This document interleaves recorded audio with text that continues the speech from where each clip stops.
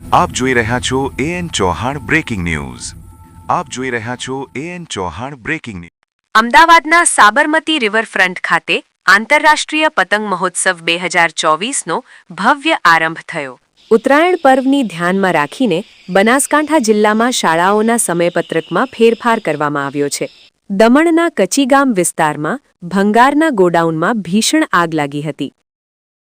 મારુતિ સુઝુકીએ ગુજરાતમાં ઉત્પાદન ક્ષમતા વધારવા માટે 4,960 કરોડ રૂપિયાના મોટા રોકાણની જાહેરાત કરી છે.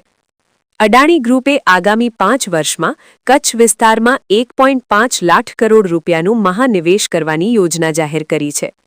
વાઇબ્રન્ટ ગુજરાત રિજનલ કોન્ફરન્સ દરમિયાન સૌરાષ્ટ્ર કચ્છના વિકાસ માટે નવી જીઆઈડીસી, ઉદ્યોગો અને આધુનિક ઇન્ફ્રાસ્ટ્રક્ચર યોજનાઓની જાહેરાત કરવામાં આવી.